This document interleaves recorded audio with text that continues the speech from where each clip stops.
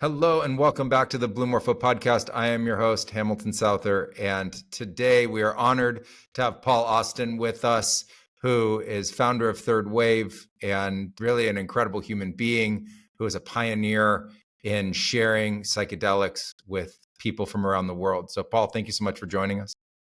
Hey, Hamilton, it's an honor to be here. I'm glad that, or I'm just so grateful that you opened up this platform and invited me to come on, and I'm really excited to jam with you today and see where we go.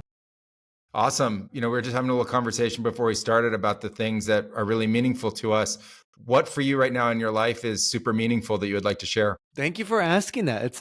It's an invitation for reflection. I think especially for those who have some sort of, let's say, professional interest in the psychedelic space, whether that's facilitation, medicine work, whether that is even working for one of the companies that has emerged. I think there can be a lot of initial enthusiasm that is generated because of how transformative these experiences are, and we're willing to really put ourselves on the line and do whatever it takes to support and become allies with these important plants. And if I'm honest, at times it can get very challenging and very difficult. And, the merging of sort of meaningfully personal experiences with then sort of professional goals and objectives at times can feel like a lot. And I find what always inspires me and fills my cup is doing things with people in person. So much of what we've built through Third Wave and our training program has been online. It's over Zoom, it's virtual, it's a podcast, it's online education. And what really keeps me rooted and anchored and inspired in this work is having the opportunity to meet other humans who are also interested in working with these medicines. So we're recording this June 4th, so early June, and we have two events coming up. One tomorrow in San Francisco, headlined by Robin Carhart Harris, the psychedelic neuroscientist. And then we have another one in Malibu on June 10th with Louis Schwartzberg, who directed Fantastic Fungi, as well as Lauren Taus, who's a well-known therapist in this space. And so I'm really inspired by this opportunity to host an event, to connect with individuals who are specifically interested in this overlap of psychedelics, entrepreneurship, and systemic change. And so the focus of those events is how do we create a more resilient future through the wisdom of plant medicine, and how can the wisdom of plant medicine help to inform us as entrepreneurs, creators, builders, as we look to develop a new paradigm that's rooted in reciprocity, that's rooted in, I would say, indigenous wisdom, that's rooted in a new way of being that has a much stronger relationship to this sense of interbeing and interconnectedness, which I think so much of us are really seeking and looking for when we begin that work with plant medicine. What have you been seeing in these, in real life events, in-person events with people in the space? What's kind of like the main driver that you see going on in the psychedelic culture right now? So there's an interesting parallel, I would say, between these sort of evening events that we've hosted and also so we also have like a 10-month training program, specifically more for coaches, practitioners, those who want to work with business leaders or those who want to work in performance or with relationships. And what I find is folks are initially maybe interested in it because of the information and knowledge. This is true of the event series and the training program. They believe there's more to learn. They are interested in the discussion and the dialogue, and that interest is genuine, I find. And what I also find is that it's only really about 20% of the thing itself. Folks are really seeking community more than anything. They're seeking a community that they can connect with, that they can bond with, that they can really be their full, authentic self with.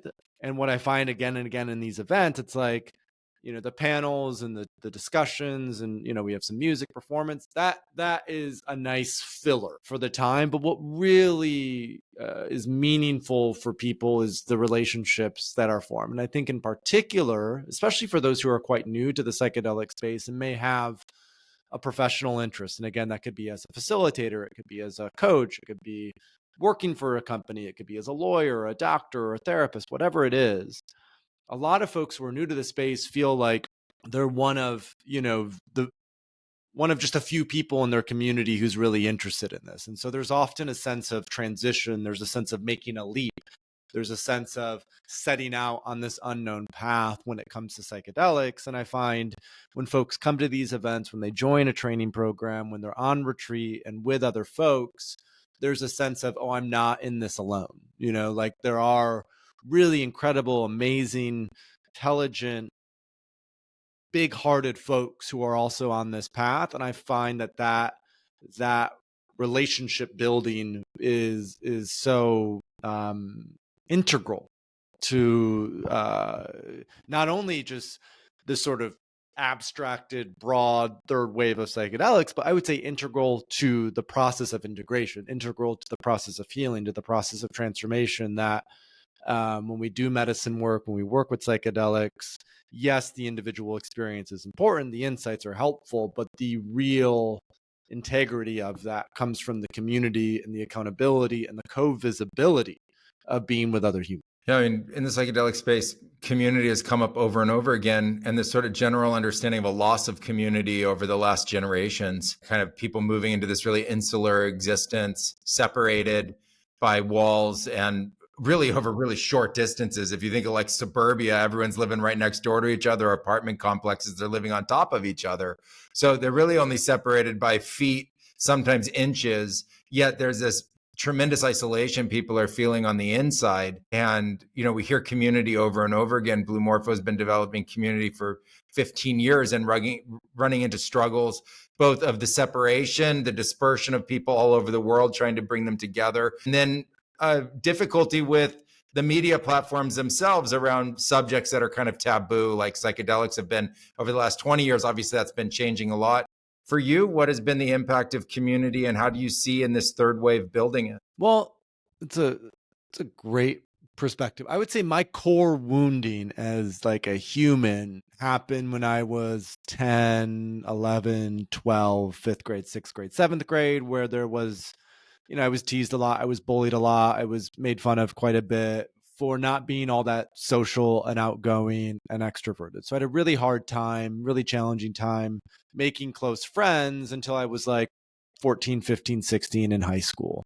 And I think there is this wisdom that, I'm going to butcher this sort of quote from Jung, but he talks about how there's gold in the shadow. Right. And there's often a way in which we often choose to pursue a mission or a vocation or a professional pursuit to fill that wound in a way. And so I think on a deep, very deep level, what I'm inspired by comes from my own pain and my own hurt, and the intention behind Third Wave from the get-go has not only been education around the responsible and intentional use of psychedelics, but it's also been bringing together a community of individuals who feel loved, seen, and accepted for who they are, regardless of how unconventional or different it may be from a more traditional, straight-laced, conventional lifestyle. For me, community has meant, especially as I've become older, definitely just a sense of being fully seen, loved, and accepted. And I think, with psychedelics in particular, there's always been this communal element to them. If you look at their historical use back for thousands of years, they're always used in community, in nature, typically in some sort of spiritual or religious or mythical context. And I think broadly speaking, what we're struggling with as a culture right now is the church, specifically the Christian church in Western society, has always been responsible and held that sort of place as a community center. And as more and more individuals like ourselves, I grew up in the church. I went to church every day, not every day, every Sunday for 18 years. But I couldn't fully accept those teachings while knowing everything that I knew about major world religions and psychedelics and science and all of that. And so for me, it's like the what I care most about stewarding is what is a new form of community, still facilitates meaning and connection, but is not rooted in dogma or rigidity or a sense of just going through the motions. And so recently I've heard about this phrase that's called the fourth place. So the first place being home, the second place being work, the third place being cafes, restaurants, parks, just public places where you might go and meet and hang out with friends or whoever that is. And the fourth place being a specific location that you go where there's ritual, there's tradition, there's connection that's oriented around meaning making. There could be song, poetry, music. And historically, that has always been the church in Western society. And so I'm really interested in what impact might psychedelics make, especially as more and more psychedelic churches open up. What impact could psychedelics have in that concept of the fourth place? And how could we create new traditions and new rituals and new ways of making meaning that are focused on community? And so that's also kind of, you asked at the beginning what I'm inspired by. That's also what I'm very inspired by, is the sort of stewarding of a collective intelligence that believes in a greater mission, with that mission being, at this point in time, adult access to psychedelics, bar none, right? I am a firm believer in cognitive liberty. I'm a firm believer in every consenting adult should be able to alter their consciousness in the way that they choose. And if we can develop community that's around that, where people don't feel like they have to hide in the shadows or do it underground or be ashamed even of navigating it, I think that to me speaks to the importance and relevance of community. In and around the discussion of churches and this vast expansion of utilizing religious freedom as a way to gain access to psychedelics, and this merging of the idea of spirituality, there's a hearkening always back to the indigenous people. And I always like to say that all human beings are of the same group, same species, same humanity. But it's not just the indigenous peoples that have a history of working with psychedelics. It turns out that all of humanity has a history of working with psychedelics.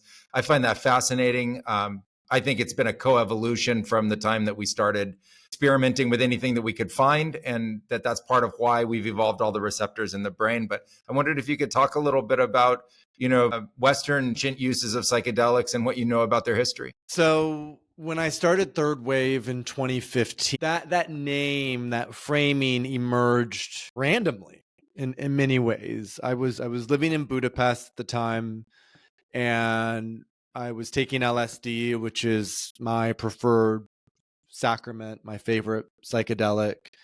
And on that trip in Budapest, not while we were actively on LSD, but on that same week, we were going to what we call third wave coffee shops.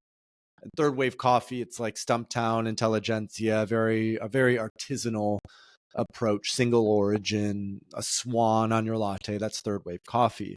And so we were talking about how, the future of psychedelics, the emergence of more research, the fact that cannabis was becoming reevaluated, the fact that Joe Rogan, Tim Ferriss, several prominent podcasters were starting to openly talk about psychedelics. How do we contextualize this moment in time for a mainstream audience? And so where we landed was, this really is the third wave of psychedelics. The first wave being both the ancient and indigenous use of psychedelics, and the second wave being the counterculture, when LSD was reinvented in 1938, and then its psychedelic properties were found out in 1943. And the reason I even say reinvented is because LSD comes from something called ergot. And ergot is a fungus that grows on rye. And when ergot is consumed, it can have psychedelic-like properties.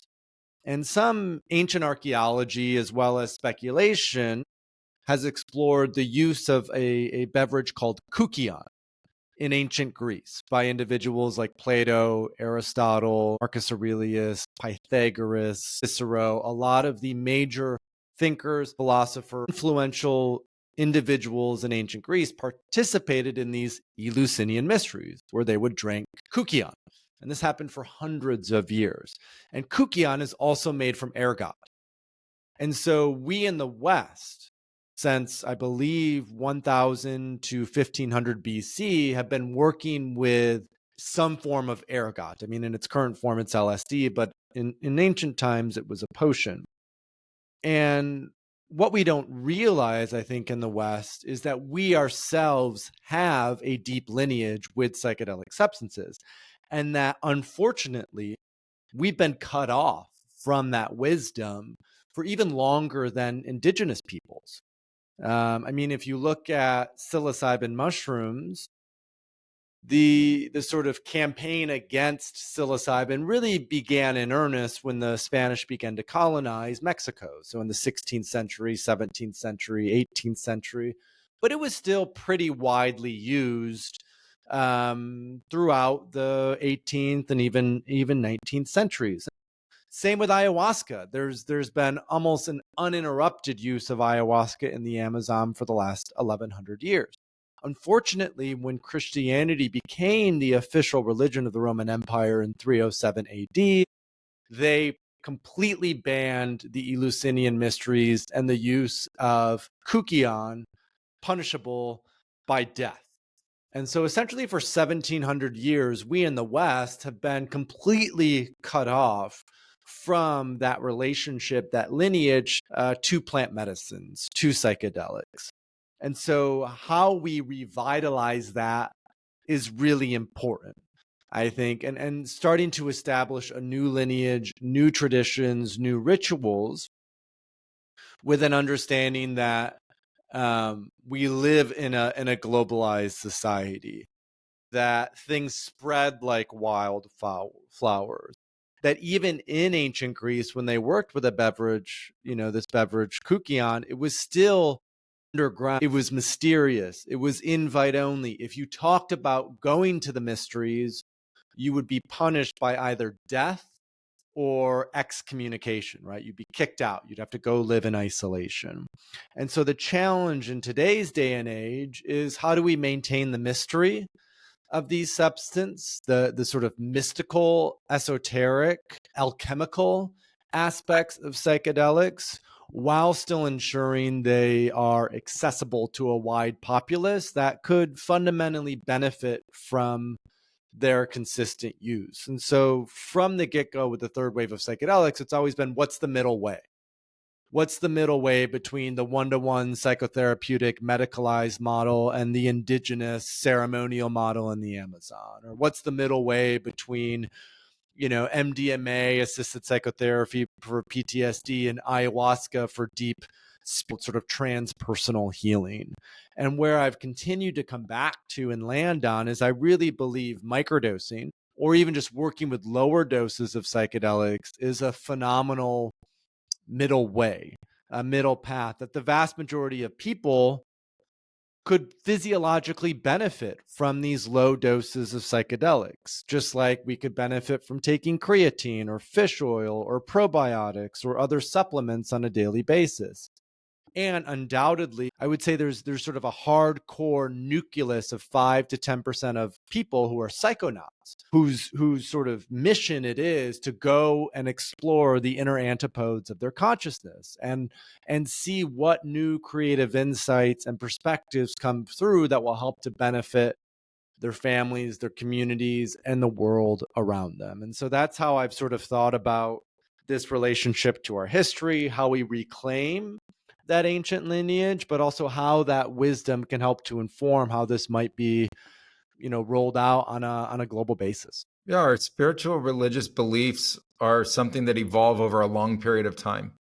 And I think when we go into the spirituality that sits behind humanity, we see that there's this kind of technology of religious understanding that has within it a carry along from tens of thousands of years ago to thousands of years ago to now. And recently I was with some people that were talking about psychedelics and plant medicines and really describing this kind of unilateral experience of the divine or spiritual experience that people have been having and talking about. And one person coined the phrase, the democratization of the experience of God. And, a lot of people say they have a direct experience of the divine in this great evolution, as you're talking about this mass expansion of and democratization of the use of these substances, how do you see that affecting people's spiritual beliefs, the nature of their relationship to religion, and the current status of the churches? Great question. So Ken Wilber, who you, I'm sure, are familiar with, and your listeners may be familiar with. Ken is one of the, I would say, greatest living philosophers. He has helped to pioneer this concept called integral theory,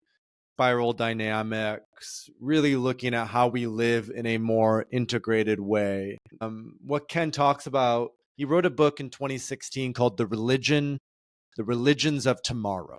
And in that book, he outlined what will these religions of tomorrow look like? What does it mean to be spiritual but not religious? That's a very common phrase these days. SBNR, spiritual but not religious. What will it take to I would even say, what would it take to reclaim the word cult?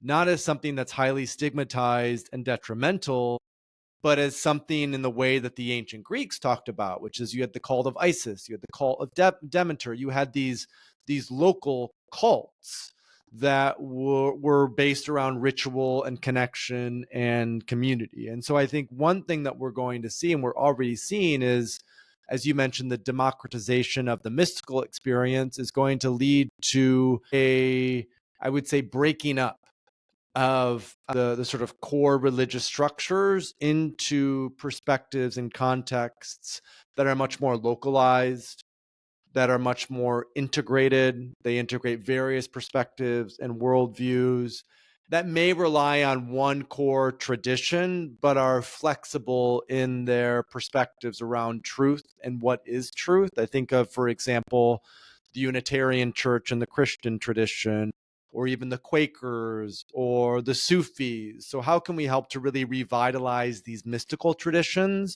of even some of the more mainstream religions, the Kabbalah in Judaism? What Wilber talked about in that book is he made a very apt comparison to the invention of the printing press.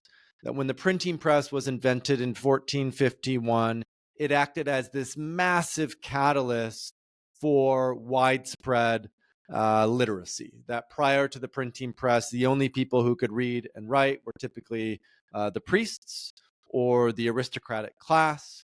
That the printing press enabled the mercantile class, sort of the development of the bourgeois, right? The capacity for more and more people to become literate and learned. And that it wasn't that everyone had to immediately learn how to write, right? Initially, for the first 100, 150, 200 years, it was just about 5 to 10% of individuals, the mercantile class, the bourgeois class, that learned how to read and write. And then they took on the responsibility of setting up the entire university and academic system that exists today. If you think of Harvard and Yale and Oxford and Cambridge and a lot of these major institutions of industrialism, they were invented, in the 17th century. They came about in the 16th, 17th century on the back end of the invention of the printing press. And that, of course, has led to this capacity where now 99% of people are literate, right? Which is fantastic. And we've made a ton of innovations and breakthroughs as a result of that capacity to refine the linear mind. And I think what psychedelics offer, I would really look at the invention of LSD in particular as a sort of parallel to the invention of the printing press. But instead of the emphasis being on intellectual literacy, it's on spiritual literacy.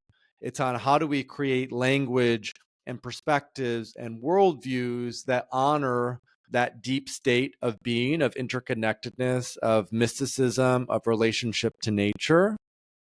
And then how can that influence and inform a new system that is rooted in regeneration, that is rooted in a recognition of the importance of reciprocity, that is rooted in this sort of fundamental truth and understanding that there is no separation, that everything is connected. And when we live in that way, we choose to live differently. We choose to live very differently. And so that's really what I see as, your question was about what are maybe the new perspectives and new ways. I think we're just at the tipping point where we're starting to understand that. But what I'm noticing is similar to what Ken Wilber talked about, where with integral theory, it's like how does your personal and professional lives come together? How does work and sort of what's meaningful to you on a personal level come together?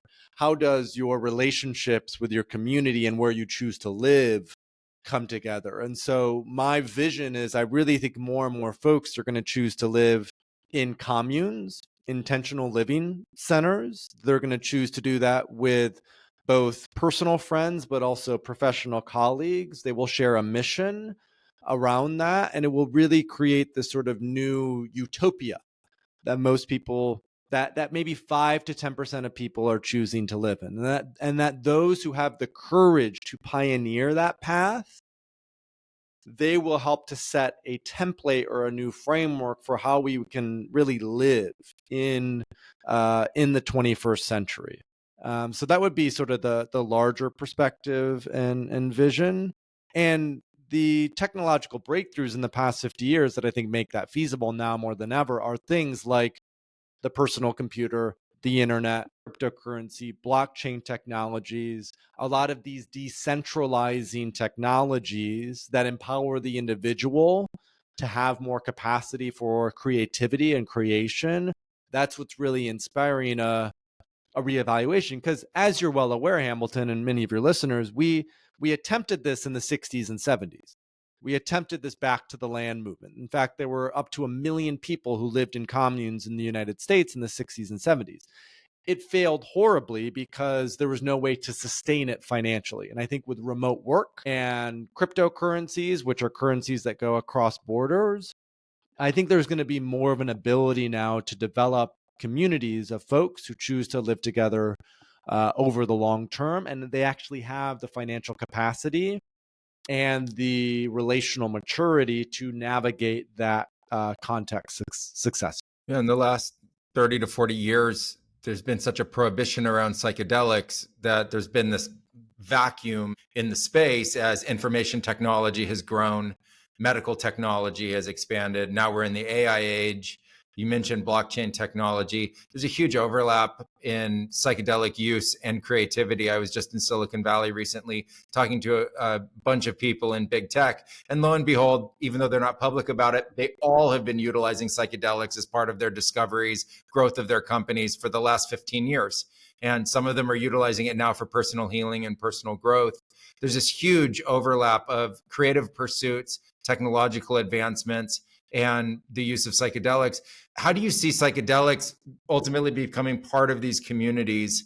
And you mentioned about microdosing and macrodosing. How do you see microdosing and macrodosing fitting into this new paradigm? It's a great question. So I love the context or the frame of psychedelics as a skill, and that the skill of psychedelics is about how do we choose the medicine that we work with? How do we choose the amount of medicine that we work with, whether it's a lower dose or a higher dose? How do we choose the set and setting and the context in which we choose to do it? Is it one-to-one psychotherapeutic or is it group ceremony? And I think even most importantly, how do we choose to change as a result of working with psychedelics? In other words, how do we leverage what's called the critical learning period, or that window of neuroplasticity, to actually integrate new patterns and new behaviors that support us in the long term? And so that's what when I think about this relationship between higher doses and lower doses, there's a third aspect, of course, which is meditation, breath work, yoga, contemplative practices that are done on an everyday basis that really help us to root and ground in some of those fundamental insights and truths that have emerged through our own psychedelic work. And so the example that I love to give to really kind of root this in practical terms is with early research on this critical learning period, this window of neuroplasticity from high doses, whether it's drinking ayahuasca or a macrodose of psilocybin mushrooms or even a macrodose of LSD, there's typically a critical learning period that exists for about 3 to 4 weeks, anywhere from 21 to 30 days, where the brain is more malleable. It becomes easier to change behaviors. It becomes easier to commit to a new practice or pattern. And yet that 21 to 30 days is hard. It's not quite enough time to really establish a new habit. And so the role, I think, of microdosing in particular is to elongate that window of neuroplasticity, or that critical learning period. And all of a sudden, if we start to intentionally microdose on the tail end of a high dose therapeutic experience, if we can elongate that window to something like 45 days or 60 days, it makes it much easier to really commit to that practice so it becomes a habit. And so I think that's one thing I love to focus on, is what's this relationship between macrodosing, microdosing, and contemplative practices that really help us to commit to and stick with a practice that we can do every single day that's going to be very, very beneficial. And then, of course, what is central to the skill of psychedelic is what's our intention.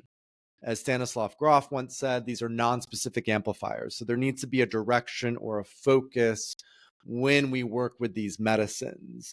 And as you and I both know, these therapeutic doses are incredibly effective for PTSD, depression, addiction. There's no doubt about it. And I would argue that they are maybe even more important for creativity, leadership, new ideas, and perspectives. And essentially what's happening when we take a high dose of a psychedelic is the two hemispheres of the brain are starting to communicate in a more active way. That so many of us are stuck in a right brain, linear, got to get shit done perspective, that we can't really zoom out and look at things from a much more creative lens.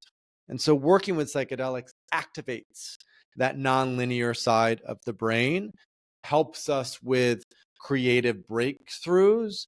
And I think that is going to be so key and essential to addressing a lot of the, I would say, current crises that we are faced with, right? A lot of folks would say we live in a time of a meta crisis. There's the environmental crisis. There's the mental health crisis. There's the work and finding meaning in work crisis. There's a lot of people having existential crises. So what way can psychedelics be woven in to help us address some of these crises, but more importantly, develop new systems that help address all of these: mental health, the environment, the meaning in work?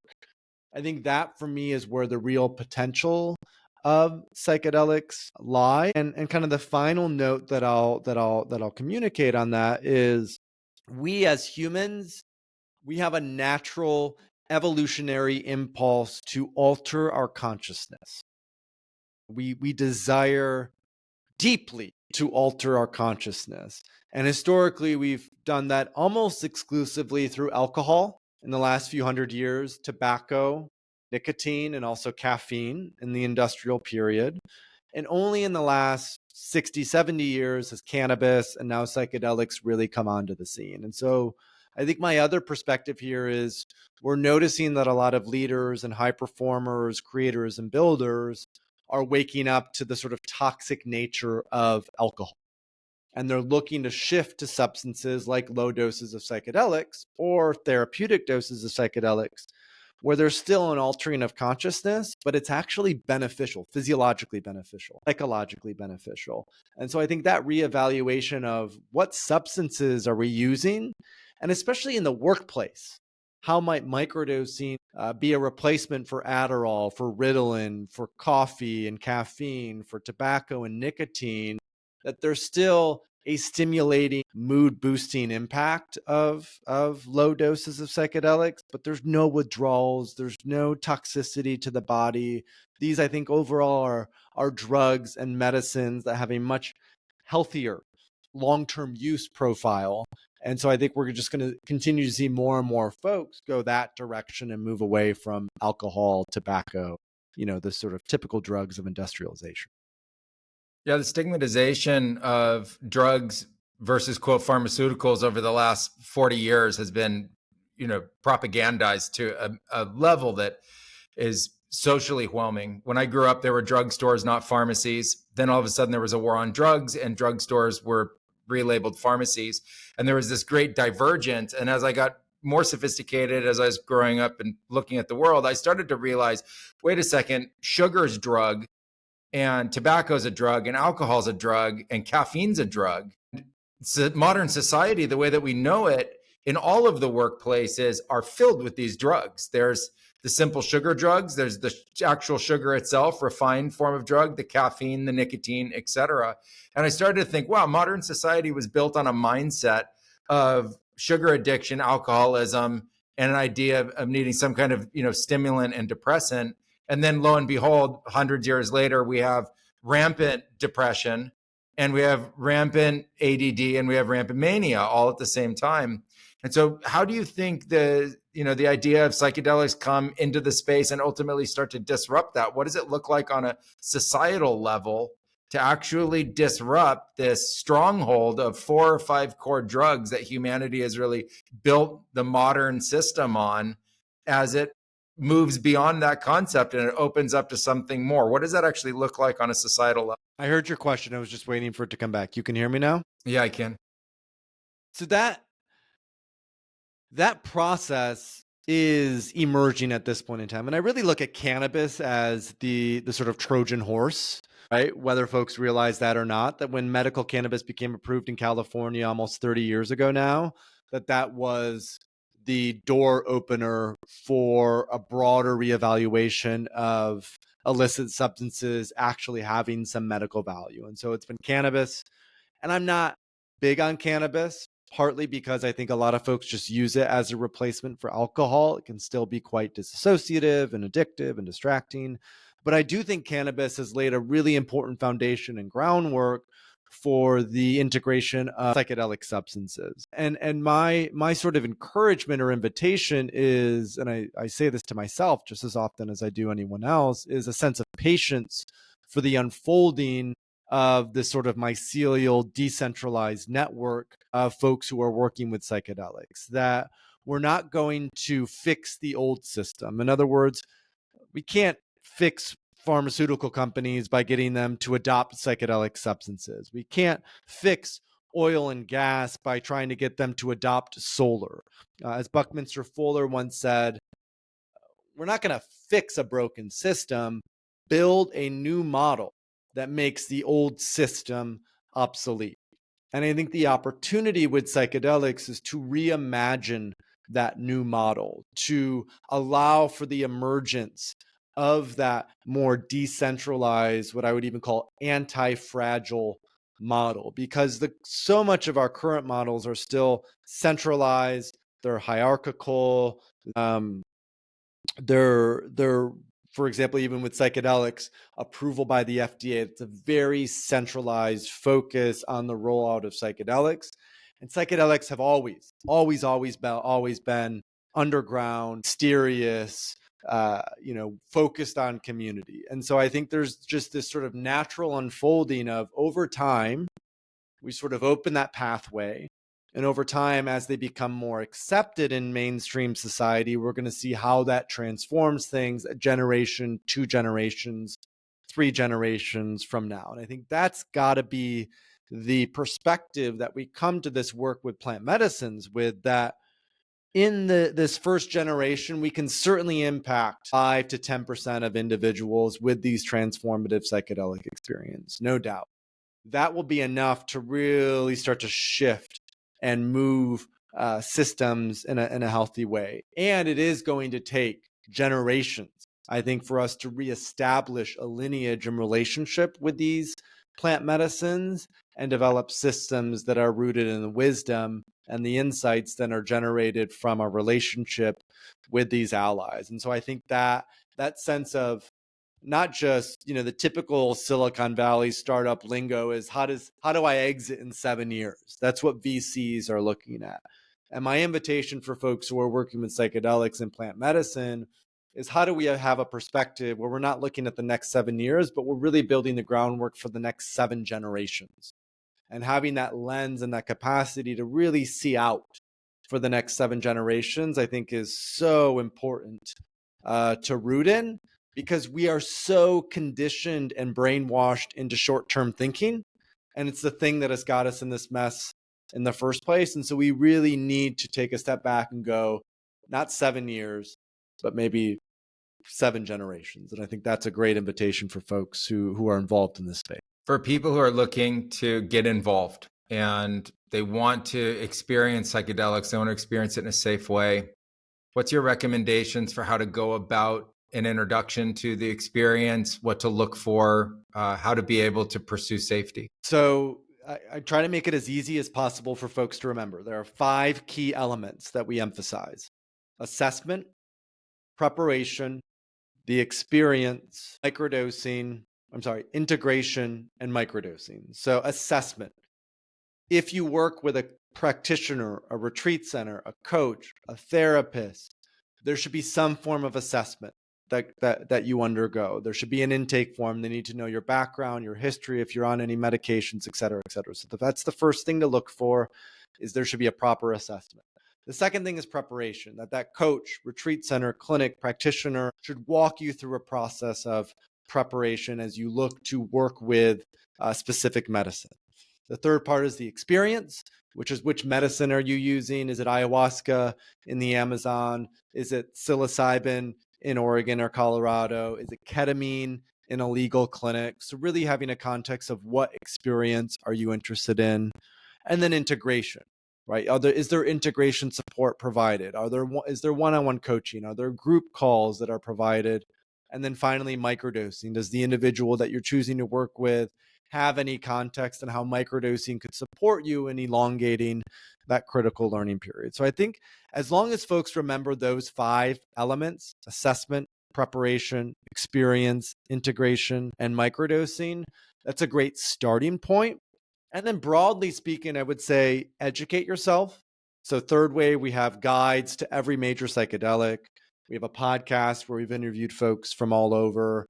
We have a private community where folks from all over the world are asking questions and growing their own mushrooms and figuring out how they navigate this. So that private community is great. And then a trustworthy, ethical provider. I think that's so important to emphasize. Don't rush in to just working with the first person that comes on your lap. Go work with someone like Morpho, for example, that has years of experience, that has great preparation and integration, that has a reverence and respect for the medicine. Do proper due diligence to find an ethically informed, qualified, trained practitioner. And even, for folks who are listening to this, we have a directory on Third Wave where we have coaches, therapists, clinics, and retreats. So that's also a great starting point for folks if they are looking to start their path and head in that direction. That's amazing, Paul. Thank you so much for sharing all of your wisdom with us today. How should people find you and find Third Wave? So if folks are interested in staying involved, staying in touch, thethirdwave.co. So thethirdwave.co. They can also Google Third Wave microdosing or Third Wave Paul Austin. You'll find the directory, our podcast, our educational materials. We also have a training program for practitioners through our Psychedelic Coaching Institute. That's really ideal for executive coaches, health and wellness coaches, relationship coaches, folks who want to take a non-clinical approach to working with microdoses and also psilocybin mushrooms. And then if folks have any questions from this episode, reach out to me on Instagram or Twitter. I'm at Paul Austin 3W. I'm pretty active in responding in there. So just ping me. And if there's any questions or you're wondering anything, just let me know. And Hamilton, I so appreciate you having me on the show. This was a ton of fun. And I'm glad we could turn the mic around. And I would also, kind of as a final note, I interviewed Hamilton for our podcast, the Psychedelic Podcast. So if you want to get a deep dive into Hamilton's stories and perspectives and everything related to Morpho, I would encourage folks to also potentially check that out. Awesome, Paul. Well, thank you so much. I look forward to many more conversations and highly recommend Third Wave. So great having you on the show today. Thank you, Hamilton.